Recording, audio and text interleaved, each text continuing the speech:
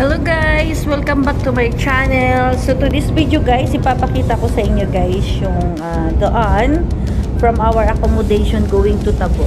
So ayan guys, kung nakikita nyo naman, ayan puro lang talaga bundok guys. Walang kahoy, walang mga bahay.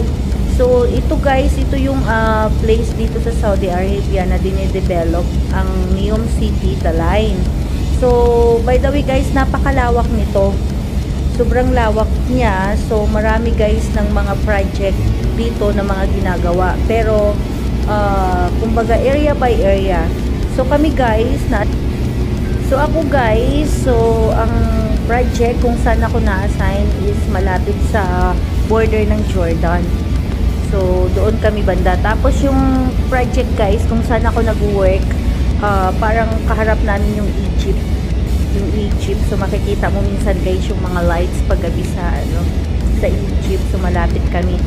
So ngayon kung gusto talaga namin guys pumunta ng city, ito na nga guys, kung nakikita ninyo, so kailangan mo talaga guys mag-spend ng time. So from our accommodation going to Tabuk, it will takes 2 hours and a half. At ito guys ang makikita mo na mga view. Kaya alam mo yon, kung hindi ka sanay magbiyahe ng mga long travel, maiinip ka. Pero ako naman guys, na-appreciate ko kasi alam mo yun, ang ganda nga niya. Para guys para bang na-amaze ako guys sa mga bundok na nakikita ko. Kasi talagang natural stone yan. Natural mountain, what I mean. And then, tapos alam mo yun guys, yung parang naiisip ko during Jesus Christ, yung nandito sila, yung parang minsan naiisip ko habang tinitingnan ko yung mga bukid dito, yung naglalakad sila Moses, parang something like that during Abraham, parang ganon ang nasa isip ko. Kasi alam mo guys, makikita mo talaga yung yung bundok, para siyang hindi mo maintindihan kung man-made or ginawa. Pero nagtanong talaga ako guys dito kung gawa ba siya ng tao. Sabi hindi, talagang natural daw talaga yan. So alam mo yung minsan yung pagkaukit niya guys, parang alam mo yung parang kakaiba, parang mga statue na mga ganun. So parang guys na na-amaze ako kahit na pang ilang beses na ako dumaan dito. Pero tinitingnan ko pa rin siya palagi. Tapos syempre naman guys, wala naman talaga ng traffic dito, tuloy-tuloy din. So ang ginagawa ko na lang, so nag-music na lang ako, tapos nag-video ako, tapos tinitingnan ko yung mga kalawakan, tinitingnan ko yung mga bundok. Tapos minsan naisip ko na, talaga bang nandito na ako? Kasi guys, bago lang ako dito, hindi naman ako matagal pa dito. Wala pa nga ako guys dito ng kalahating taon, to be very honest. So nagkataon lang talaga guys na nakakuha ko ng work dito. Siguro talaga para sa akin ang trabaho. Kasi minsan talaga guys, di ba?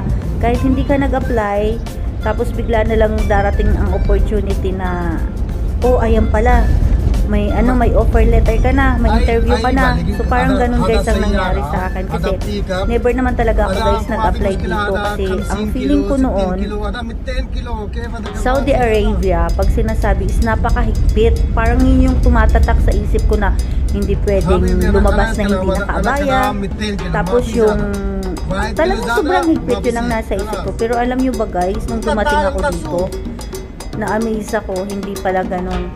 Nung nag-arrive ako guys sa Dammam, oh my gosh, sa Dammam Airport, nakita ko na yung mga Filipina, yung ibang babae doon. Nakasuot naman sila ng mga casual, hindi naman sila nakaabaya. So sabi ko, talaga, parang nabuhayan ako ng loob na hindi naman pala ganun kahigpit. And then, nung nag-travel ako going to Al-Kubar, nag-stay ako doon ng 3 nights. Ganun uli, nakita ko nga yung mga Filipina, naglalakad lang sila ng mga naka-normal, tapos mga grupo, may mga babae, lalaki, halo-halo. Tapos meron na ng band sa restaurant, may live band. So parang naisip ko na mali pala yung iniisip ko. Nasabi ko, akala ko ang Saudi is napakahigpit. Yung pala hindi. And then, yung parang nagkaroon ako ng okay, I want to discover more kung ano talaga dito ang nasa Saudi. So last nga yun guys, nung pumunta ako ng Jeddah, so nag-travel ako doon to see kung ano ba talaga yung Jeddah. Alam nyo guys, maganda siya. I appreciate, maganda yung airport, tapos open na rin siya, tapos ang gaganda ng mga malls, tapos ang daming mga kababayan doon, tapos maganda siya talaga, open na pala siya guys. Of course sa Alak, hindi talaga sila open, pero sinasabi ko sa inyo guys, open na sila. So dito guys sa work ko, kung saan ako na-assign ngayon, open na rin. Talagang ano, kasi guys ang mga nakatira dito, kung saan ako nag-work, ano sila guys, mga usually mga Western Europe, or mga ano sila, mga European sila. So alam niyo naman guys, 'di ba? So parang ganun. So parang hindi ko naman na feel na sobrang higpit. Open naman siya, pero yun nga lang, nasa remote area talaga ako. So parang dito sa area na to kung saan ako nagtatrabaho, para ba siyang paradise na dito sa loob ng place na to nandito na lahat. Merong restaurant, merong swimming pool, merong recreation, meron ng kumpleto siya. So ito guys, napakalawak nito. Ang pagkakaalam ko sa ngayon, parang 45 hectares to. Pero under construction pa siya. Pero ang dami ng mga buildings na ginagawa. Meaning guys, yung building na sinasabi ko, usually ang mga kwarto dito gawa sa porta cabin. Pero para na rin siya guys ang hotel. Sa loob, meron na ng sala, meron na ng kitchen, meron na ng bedroom, TV and everything. Complete na siya guys. So wala ka nang hahanapin. So, nandito na talaga lahat. So, parang mag-i-enjoy ka na. Meron na rin guys ng supermarket dito sa loob. Merong basketball court, merong table tennis, meron ng football, whatsoever guys. So, everything guys nandito na sa loob ng camp na to. So alam nyo guys, kung kayo ang mga tipong hindi mahilig gumala, hindi mahilig mag-disco, hindi mahilig mag-shopping, at gusto nyong makaipon, dito na kayo guys, kasi talagang wala kayo ng option or wala kayo ng choice kundi mag-ipon na lang, kasi minsan lang talaga kayo pupunta ng city. So wala ka nang iisipin kasi lahat naman dito guys talaga provided ng company, kahit yung laundry services, cleaning services, food, transportation, so libre na siya lahat. Pero kung kayo ay mahilig sa bar, entertainment, huwag na kayo dito kasi maiinip kayo. So ako ka talaga guys, first time ko rin ma-experience bilang isang OFW na tumira dito at makakuha ng work ng ganito sa site. Pero sa ngayon guys, nag-enjoy na ako. Kailangan lang pala talaga natin i-appreciate kung ano ang merong tayo sa kasulukuyan para ma-enjoy natin. So happy naman ako guys, mga kasama ko dito. So alam niyo naman guys, pag mga construction, 'di ba? So meaning pag mga construction, mga kasama diyan mga laborers, engineer, architect. So yun ang mga kasama mo. Tapos kami guys sa mga restaurant. So everything naman guys, so okay na ako sa ngayon dito. So happy na ako kahit napakalayo ko sa city. So pag gusto namin pumunta guys ng city, meron naman talaga guys ng transportation. Weekly meron ng transportation.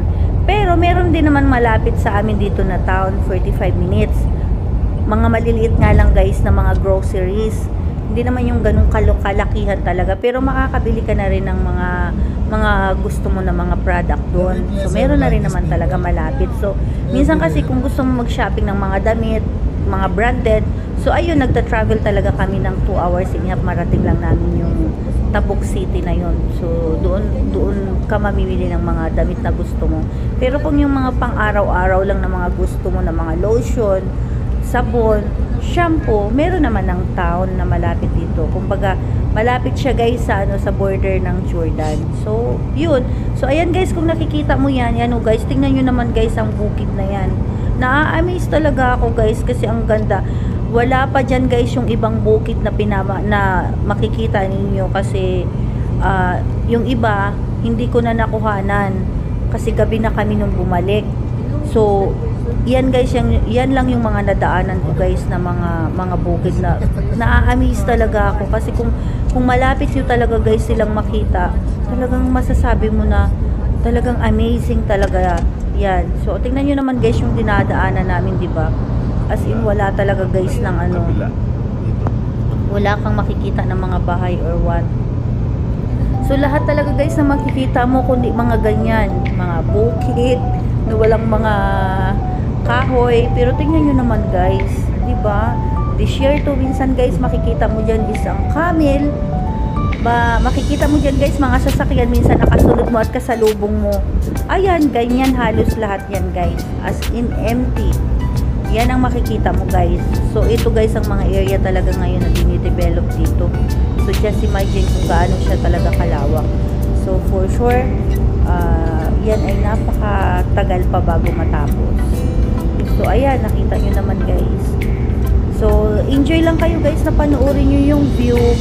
Ayun. So gano'n na lang din guys ang ginagawa ko. Nag-i-enjoy na lang din ako na pinapanood ko yung mga bukid na yan. Pero nagagandahan talaga ako. Tingnan nyo yan guys, diba? Isipin nyo naman guys, minsan sabi ko nga, kung may 4x4 akong sasakyan, pupunta talaga ako yan. Gusto ko lang tingnan kung ano yung mga nasa ilalim ng mga, alam mo yun, kung baka mamaya mayroon dyan ng mga kuweba. Gusto ko talaga guys siyang makita. Parang gusto kong pumunta dyan. Tapos tingnan ko guys yung mga bukid na yan. Kasi naa-amaze talaga ako, grabe. Tingnan mo naman guys yung bukid na yan na parating. Minsan sabi ko nga, hala, talagang sulit talaga guys siya ng ano, na bato. Na hindi ko maintindihan. Diba? Nakaka-amaze talaga siya guys. Yan, puro ganyan yan guys ang makikita ninyo. Halos pare-pareho lang ang, ano, ang mga bukid na wala siya ng kahoy. Walang trees talaga. Pero na-amaze talaga ako guys. So ayan. So alam nyo ba guys, ang mga kasama ko dito sila natutulog pero ako panay ang video ko, panay ang tingin ko at na-amaze pa rin ako sa mga pinapanood ko. Tingnan nyo naman guys yan, di ba? So parang feeling ko guys pag ako magdadrive niyan, parang nag-i-enjoy lang ako. Tapos ini-imagine ko yung touring nga nila Jesus Christ, nila, you know, Prophet Muhammad na naglalakad sila dito. Just imagine, di ba? Di ba parang nandiyan yan siya sa ano, yung sa, di ba yung sa movie nga, The Bible? Parang ito guys ang mga nakikita ko eh. Before guys, alam nyo ba, yung lugar na to, pinapanood ko lang yan siya sa YouTube. Pero ngayon, personally, nakita ko na siya. Kaya talagang happy din naman talaga ako. At least, alam mo yung ganitong place nakita ko na. So, ito yun, yung parang, alam nyo ba guys, yung bago ako nagdumating dyan, nang nadaanan ko to, para akong nangingilabot. Kasi nga, naiisip ko talaga yung mga panahon ng nila Jesus Christ. To be very honest. Kasi guys, ito Holy Land to eh. Holy Land talaga to dito. To be very honest guys, kung marating ninyo ang lugar na to, kahit kayo mag-feel nyo kung anong nararamdaman ko sa totoo lang. Talagang ano talaga niya. Para bang napakahiwaga. Parang napakahiwaga na na lugar. So ito yun siya guys. So enjoy nyo na lang guys yan. Medyo malayo pa talaga kami. Malayo pa ang aming destinasyon. Ayun. Just imagine guys, no, magtra-travel ka ng ganyan napakalayo. Actually guys, hindi pala 2 hours, inihap 3 hours, inihap pala talaga guys ang biyahe. 3 hours inihap. So, ibig sabihin guys, kung mag-travel ka balikan, so halos ang isang araw mo nga minsan guys, kulang. Alam nyo ba minsan guys, pag umalis kami sa site ng tanghali na, ay nako, hindi na namin